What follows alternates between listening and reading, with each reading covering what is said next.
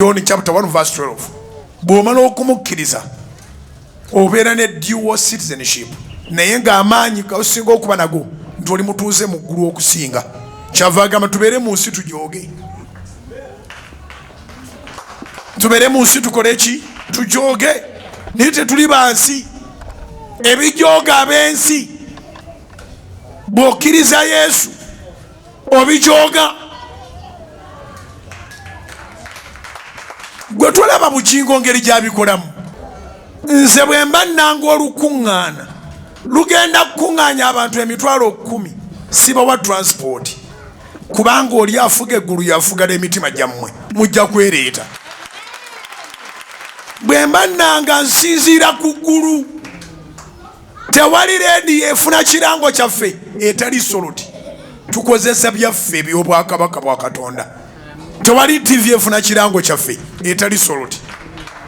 Tetukubayo kipande. Tewabeerawo posters ezitambula. Tewabeerawo banners. Tewabeerawo handbills. Teri nkuŋŋaana z'abasumba ezituula wano ne wali batetenkanya balagira abakkiriza mbu abakkiriza bajje. Ffe tugamba nannyini bakkiriza so tetugamba babasumba. Tugamba nannyini bakkiriza. Abakkiriza mmwe mwenagamba muno timuli bange muli ba Katonda. Nyina okwerwanako bwe mbeera omusumba ate mbeere mukkiriza.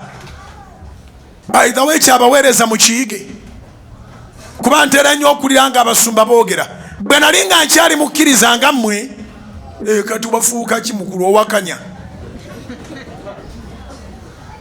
Abasumba bakyogera nnyo.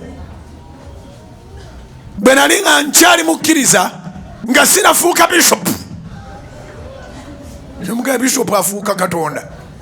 As long as you are not God, you believe in God. No matter who you are. Bwe buba bukulembeze teri bukulembeze butava eri Katonda. We know that. Teri bukulu butava eri Katonda. Nolwekyo bw'okuzibwa kwobeere president asigala ye Katonda. Kabaka mulabi owa Buganda, kabaka wange era kabaka waffe. Ng'abantu bonna bamufukamirira naye ye afukamira mu maaso ga Katonda.